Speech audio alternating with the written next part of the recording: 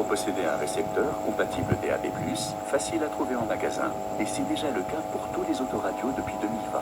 Vous pouvez aussi capter directement nos programmes par le site www.ktoradio.com ou l'application KTO Radio, à télécharger sur vos tablettes et téléphones.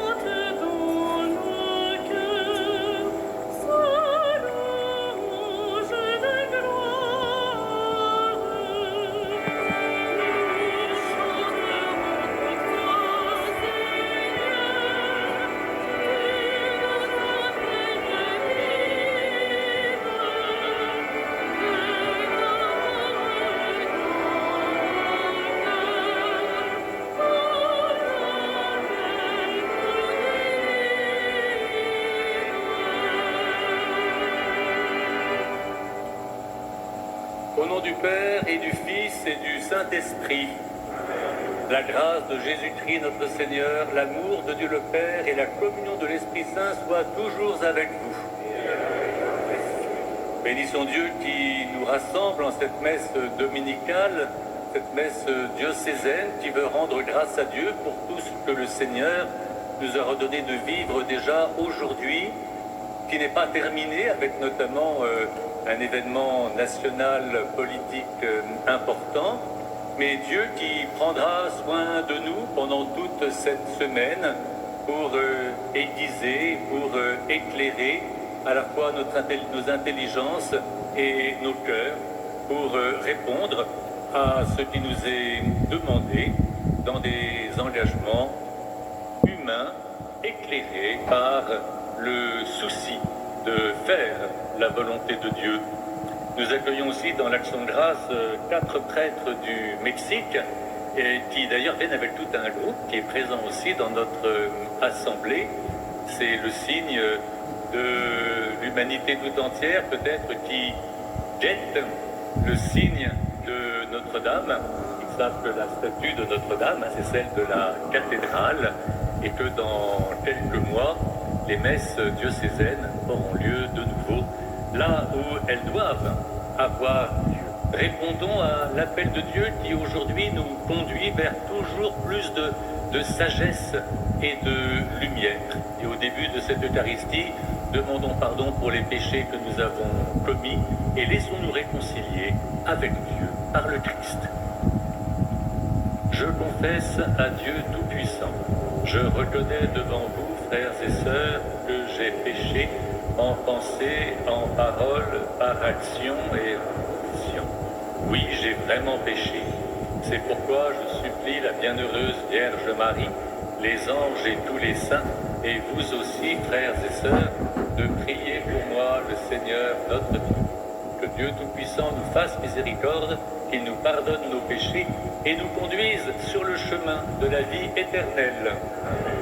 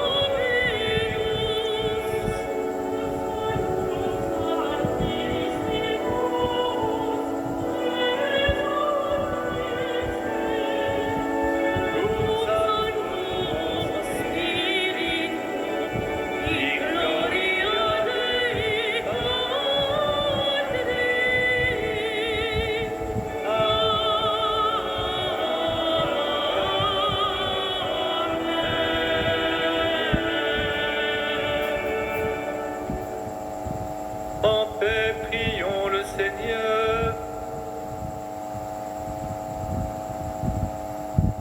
Tu as voulu, Seigneur Dieu, que par la grâce de l'adoption filiale, nous devenions des enfants de lumière. Ne permets pas que nous soyons enveloppés des ténèbres de l'erreur, mais accorde-nous d'être toujours rayonnants dans la splendeur de ta vérité. Par Jésus-Christ, ton Fils, notre Seigneur, qui vit et règne avec toi dans l'unité du Saint-Esprit, Dieu pour les siècles des siècles.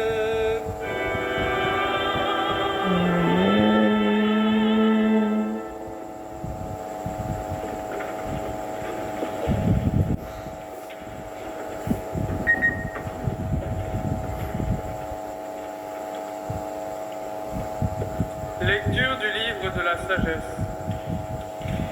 Dieu n'a pas fait la mort. Il ne se réjouit pas de voir mourir les êtres vivants. Il les a tous créés pour qu'ils subsistent. Ce qui naît dans le monde est porteur de vie. On n'y trouve pas de poison qui fasse mourir. La puissance de la mort ne règne pas sur la terre, car la justice est immortelle. Dieu a créé l'homme pour l'incorruptibilité. Il a fait de lui une image de sa propre identité. C'est par la jalousie du diable que la mort est entrée dans le monde. Ils en font l'expérience, ceux qui prennent parti pour lui. Parole du Seigneur. Nous rendons grâce à Dieu.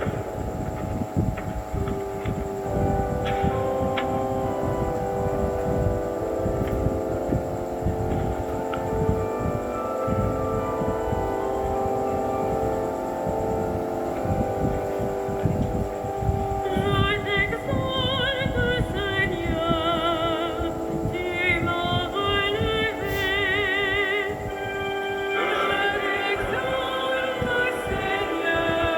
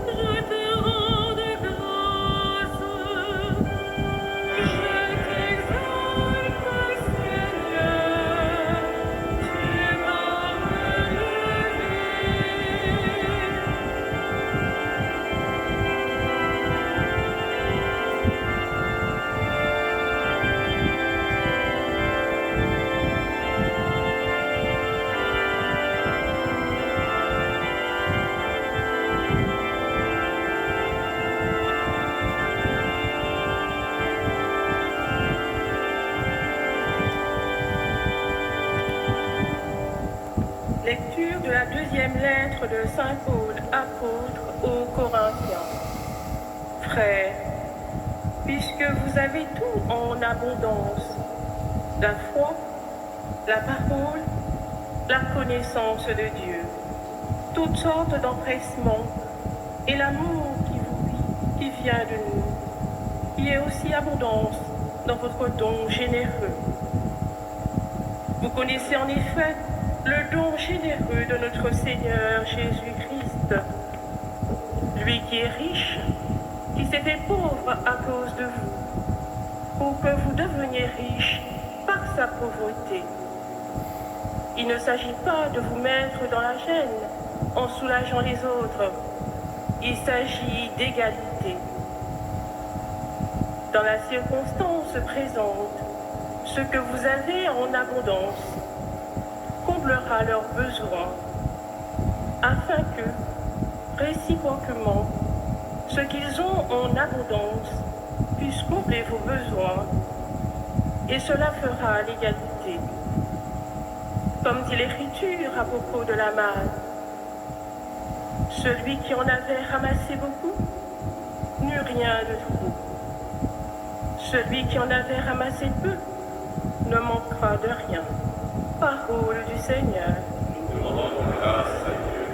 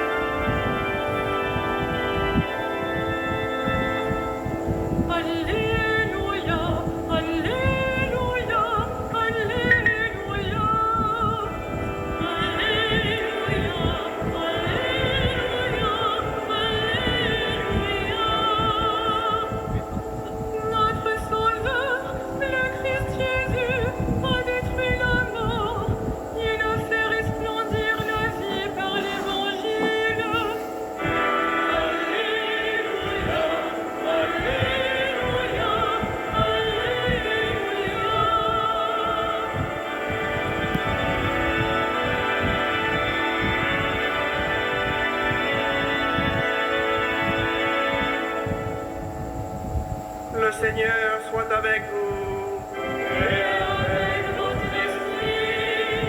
Évangile de Jésus-Christ selon saint Marc.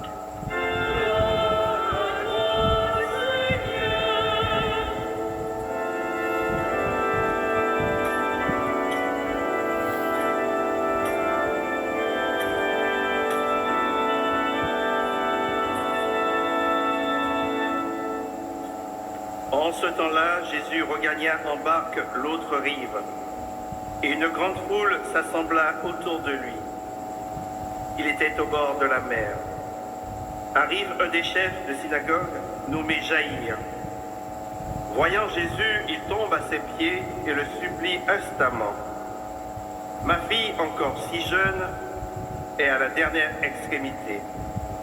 Viens lui imposer les mains pour qu'elle soit sauvée et qu'elle vive. » Jésus partit avec lui, et la foule qui le suivait était si nombreuse qu'elle l'écrasait.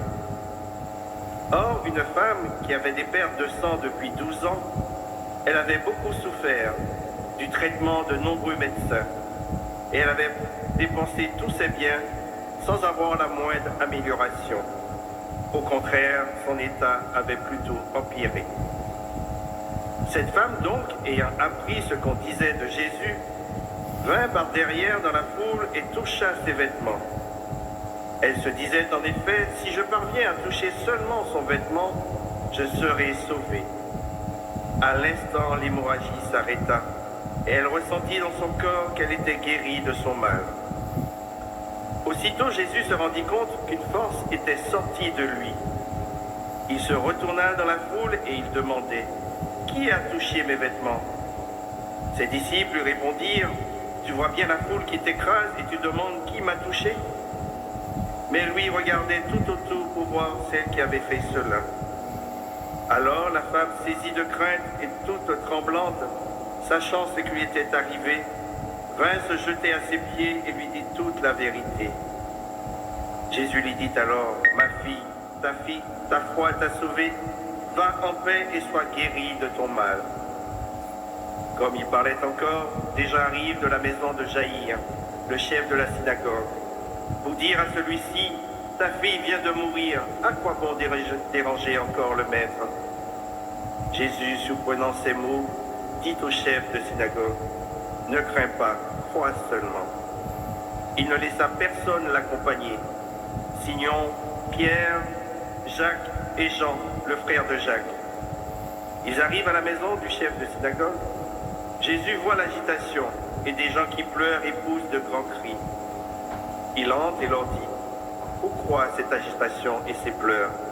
L'enfant n'est pas morte, elle dort. Mais on se moquait de lui. Alors il met tout le monde dehors, prend avec lui le père et la mère de l'enfant et ceux qui étaient avec lui. Puis il pénètre là où reposait l'enfant. Il saisit la main de l'enfant et lui dit « Talita koum », ce qui signifie « Jeune fille, je te le dis, lève-toi ». Aussitôt, la jeune fille se leva et se mit à marcher. Elle avait en effet 12 ans. Ils furent frappés d'une grande stupeur. Et Jésus leur ordonna fermement de ne faire savoir à personne. Puis il leur dit de la faire manger. Acclamons la parole de Dieu. Lạy Chúa Kitô, lạy Thế Chúa.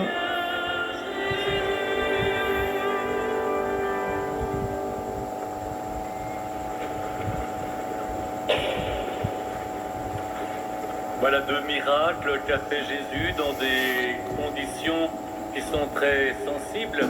On est un peu dans l'admiration en écoutant ces deux récits, en se demandant jusqu'où on va aller, et on est rassuré de voir que tout s'est bien passé. En fait, tout s'est bien passé, c'est pas non plus si simple que cela. Un petit détail, par exemple. Voilà que tout le monde savait que la fille de 12 ans était morte. Jésus la ressuscite, mais il dit aux gens, ne le dites à personne.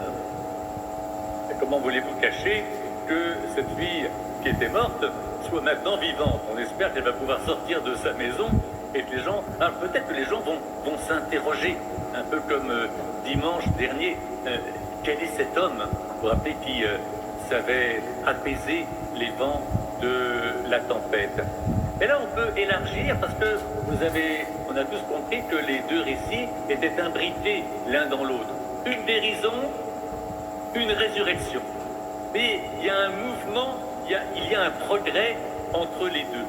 Les guérisons, en général, c'est ce que nous demandons quand nous sommes malades, quand quelqu'un qu'on aime bien est malade, on demande à Dieu de le guérir. Et on prend Dieu souvent un peu comme quelqu'un, un petit peu qui vient à notre aide, ce qui est parfaitement vrai, mais pour subvenir aux difficultés que nous éprouvons dans la vie quotidienne. Et là, Jésus nous joue un drôle de tour, si je peux me permettre. Parce qu'il est alerté par Jaïr, le papa de la jeune fille, qu'elle est à toute extrémité. Il fallait aller vite.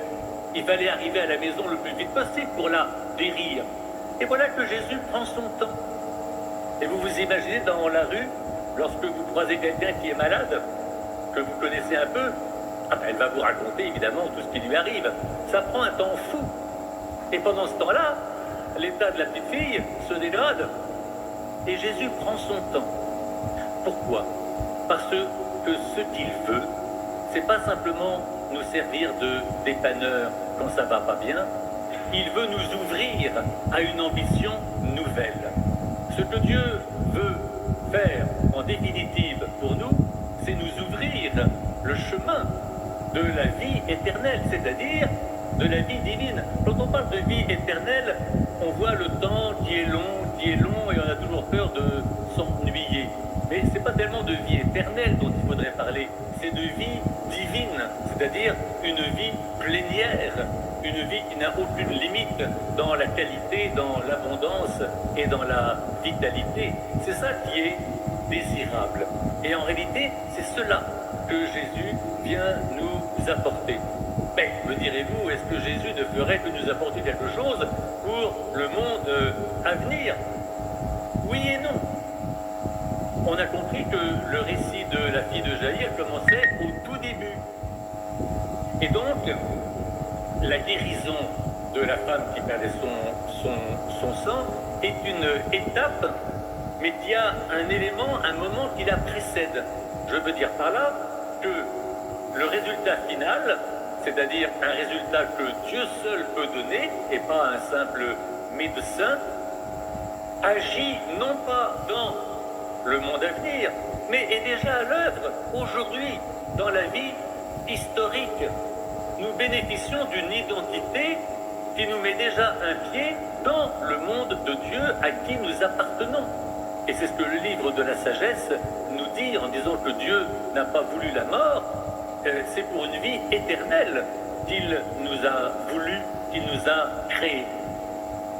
Quelquefois, on parle d'ailleurs de la première et de la deuxième mort. La première mort, c'est la mort physique, et la deuxième mort, c'est la mort spirituelle, c'est la damnation, si vous voulez.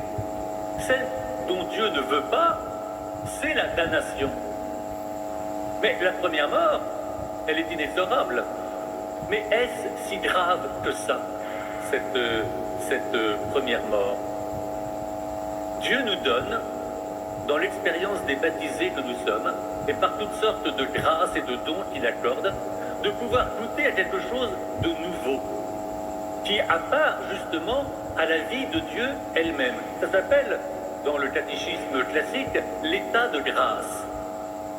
Par exemple, l'apôtre Paul a connu le chemin de Damas. Il faudrait quelques instants pour que chacun d'entre nous puisse se souvenir des moments étonnants de lumière, de paix, où Dieu, de quelque manière, s'est manifesté à nous de manière exceptionnelle, et nous avons senti que nous étions un peu différents, nous étions autres que dans la vie simplement quotidienne. Ça s'appelle atteindre des sommets. Bon, en politique aussi, on parle d'état de grâce, mais en général, ça ne dure pas très longtemps. Mais l'état de grâce, vous voyez, que Dieu nous fait connaître, lui, il vient marquer notre histoire. Et en ces temps, par exemple, où on fait beaucoup de baptêmes, beaucoup de premières communions, c'est bien d'interroger, quand un petit enfant fait sa communion, ceux qui le devancent, en disant, tiens, quel souvenir as-tu de ta première communion, de ta première confession?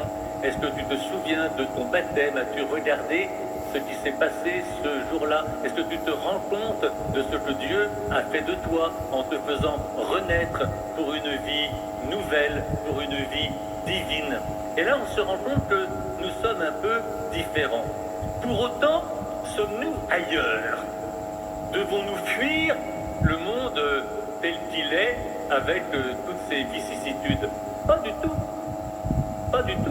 Et d'ailleurs, le Christ, quand il ressuscite, il passe au moins 40 jours avec ses apôtres, il mange et il boit avec eux, il les entretient du règne de Dieu pour leur montrer que déjà maintenant, la puissance même de la résurrection est à l'œuvre. Ce qui fait que nous sommes bien dans l'histoire du monde, qui est compliquée, mais nous ne mettons pas toutes nos billes dans ce monde. Nous avons une assurance d'être déjà citoyens du monde de Dieu lui-même, et ce monde de Dieu peut nous donner de la force, peut nous donner du discernement pour affronter les épreuves qui nous attendent et qui ne manquent pas dans notre histoire. Comme vous pouvez l'entendre la semaine dernière lorsque Jésus était sur la barque et qu'il y avait de la tempête, oui, Jésus apaise une tempête, oui, mais qui suscite les tempêtes? C'est Dieu aussi. Dieu est présent dans le bonheur, mais Dieu est présent aussi dans l'épreuve. Nous l'attendons habituellement dans des situations qui vont bien. Mais n'est-il pas un peu plus chrétien, un peu plus évangélique, un peu plus juste surtout, de chercher et de discerner la présence de Dieu alors que la situation paraît défavorable et qu'elle l'est vraiment, mais elle ne l'est jamais totalement. À tous ceux qui se découragent, à tous ceux qui ont peur, il faut dire précisément que le maître de l'histoire, c'est Dieu.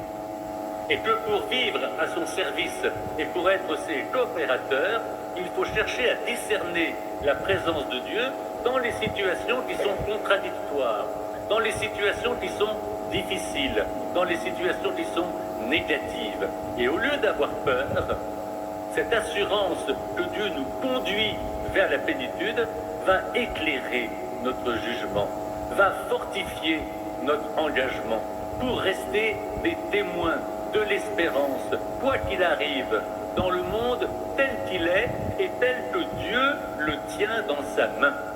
Rien ni personne ne peut arracher qui que ce soit de la main de Dieu.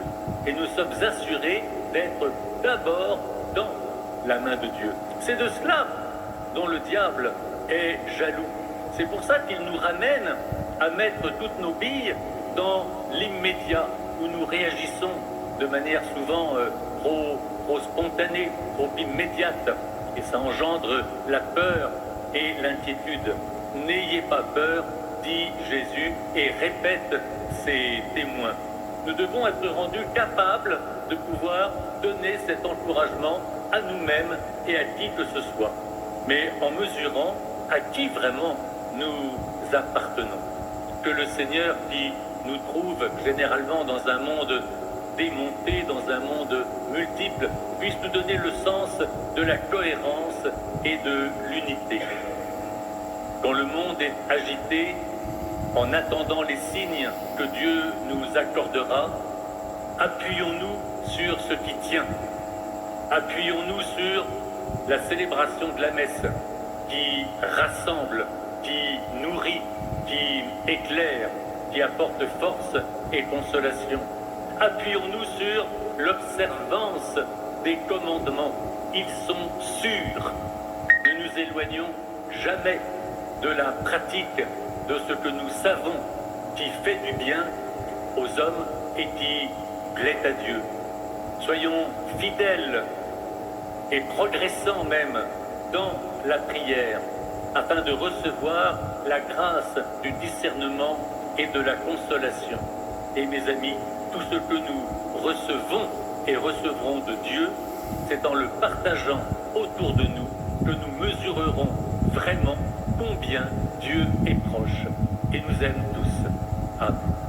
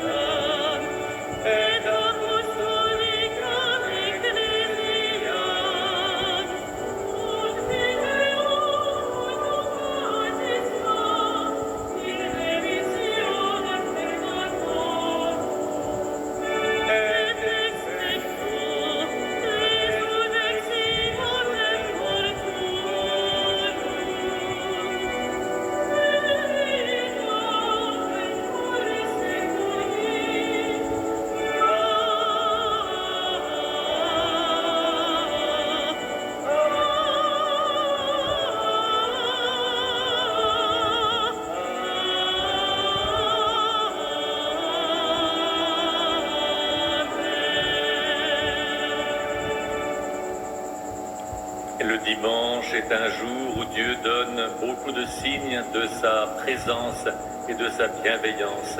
C'est le bon moment pour lui présenter nos prières.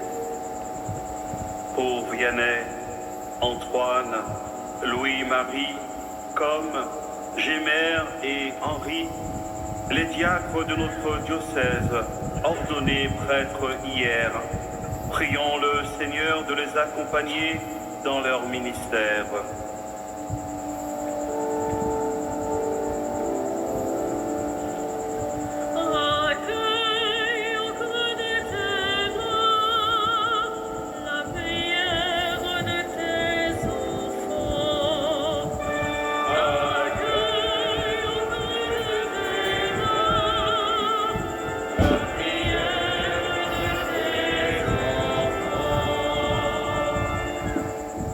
Personnes éprouvées dans leur cœur ou dans leur corps, prions le Seigneur de leur envoyer son esprit de consolation et de tendresse.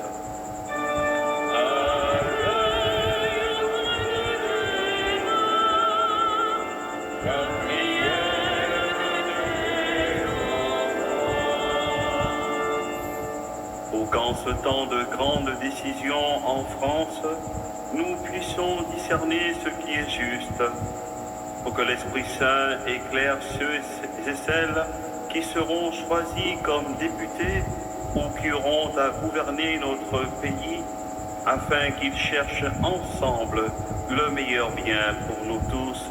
Seigneur, nous te prions.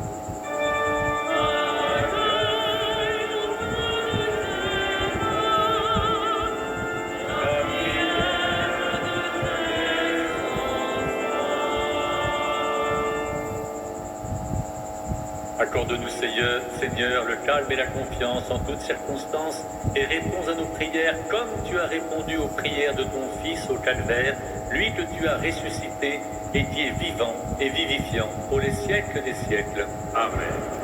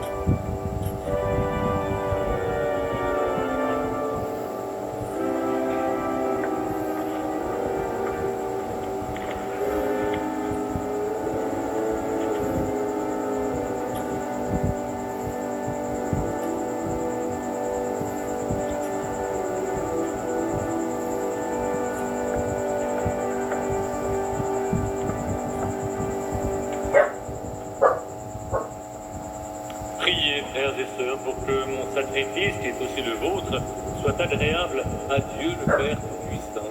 Le Seigneur reçoit ce sacrifice à la louange de la gloire. Pour notre bien et pour celui de l'Église. Seigneur Dieu, dans ta bonté, tu donnes à tes mystères de produire leurs effets. Nous t'en prions humblement que notre liturgie soit accordée à la sainteté de ces dons par Jésus, le Christ, notre Seigneur. Le Seigneur soit avec vous. Élevons notre cœur. Rendons grâce au Seigneur notre Dieu.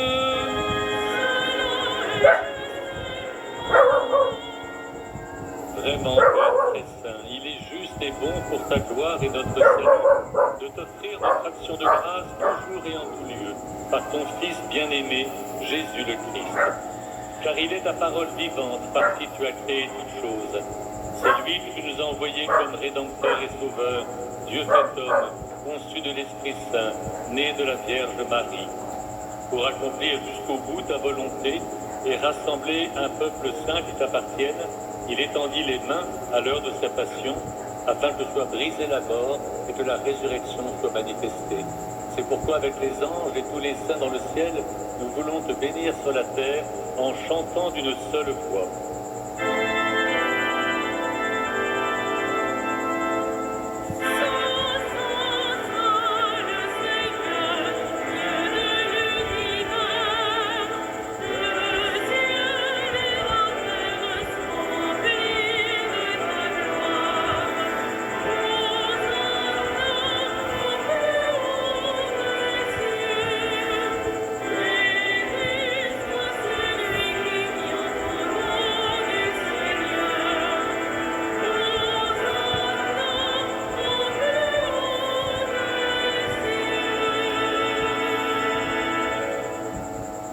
Tu es vraiment saint, Dieu de l'univers, et il est juste que toute la création proclame ta louange, car c'est toi qui donnes la vie, c'est toi qui sanctifies toutes choses, par ton Fils Jésus-Christ notre Seigneur, avec la puissance de l'Esprit Saint. Et tu ne cesses de rassembler ton peuple, afin que du levant au couchant du soleil, une offrande pure soit présentée à ton nom. C'est pourquoi nous voici rassemblés devant toi, Dieu notre Père, et dans la communion de toute l'Église, nous célébrons le jour où le Christ est ressuscité d'entre les morts. Par lui que tu as élevé à ta droite, nous te supplions de consacrer toi-même les offrandes que nous apportons. Sanctifie-les par ton esprit pour qu'elles deviennent le corps et le sang de ton Fils, Jésus-Christ notre Seigneur, qui nous a dit de célébrer ce mystère. La nuit même où il fut livré, il prit le pain. En te rendant grâce, il dit la bénédiction. Il rompit le pain et le donna à ses disciples en disant: Prenez et mangez-en tous. Ceci est mon corps livré pour vous.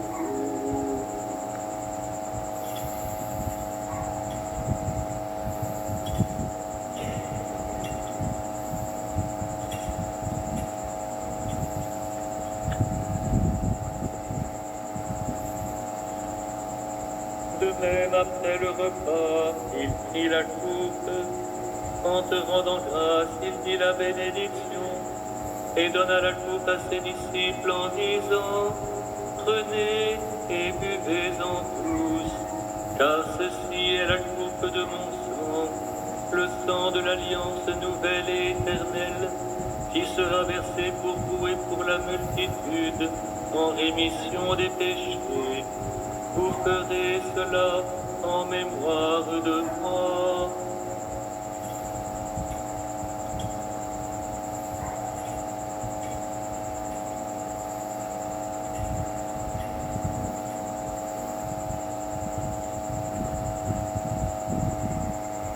Il est grand le mystère de la foi. Seigneur Jésus, nous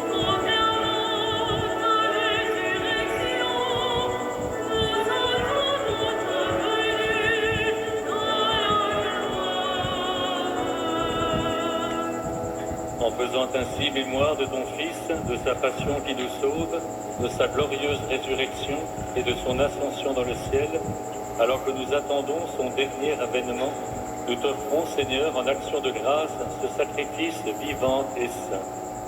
Regarde, nous t'en prions, l'oblation de ton Église, et daigne y reconnaître ton Fils qui, selon ta volonté, s'est offert en sacrifice pour nous réconcilier avec toi. Quand nous serons nourris de son corps et de son sang, et remplis de l'Esprit Saint, accorde-nous d'être un seul corps et un seul esprit dans le Christ.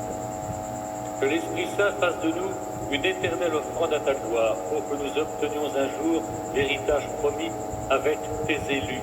En premier lieu, la bienheureuse Vierge Marie, Mère de Dieu, avec Saint Joseph, son époux, les bienheureux apôtres, les glorieux martyrs, ceux de Rome en particulier, et tous les saints qui ne cessent d'intercéder auprès de toi et nous assurent de ton secours. Maintenant, nous te supplions, Seigneur, par le sacrifice qui nous réconcilie avec toi, étends au monde entier le salut et la paix.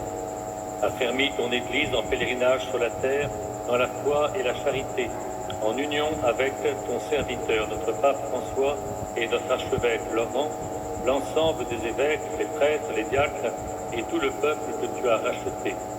Écoute les prières de ta famille assemblée devant toi, et ramène à toi, Père très aimant, tous nos enfants, tous tes enfants dispersés.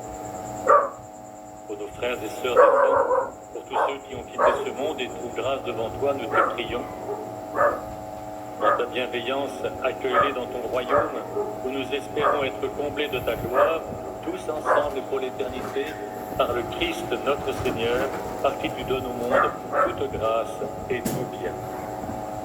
Par lui, avec lui et en lui, à toi, Dieu le Père Tout-Puissant, dans l'unité du Saint-Esprit, tout honneur et toute gloire pour les siècles des siècles.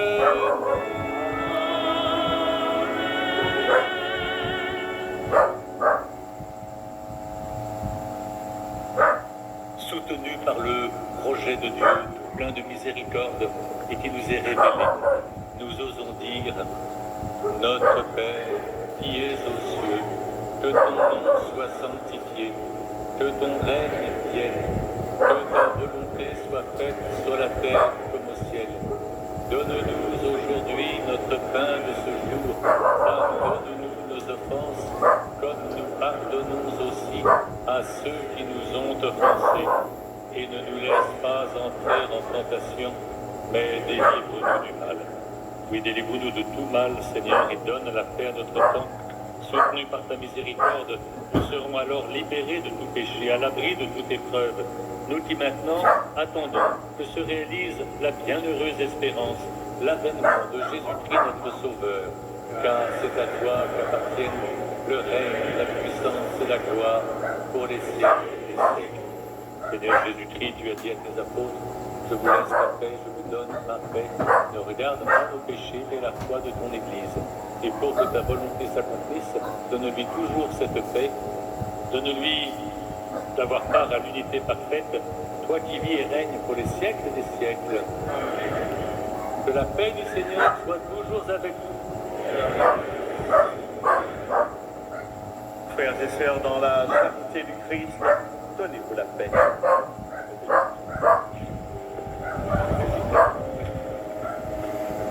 Pax Christi. Pax Christi. Oui.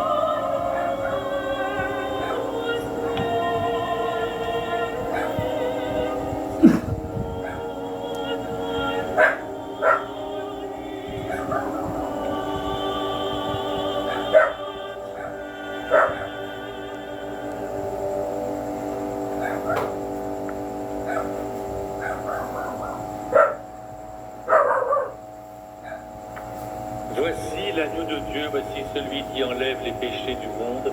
Bienheureux les invités au festin des noces de l'agneau. Seigneur, je ne suis pas digne de te recevoir.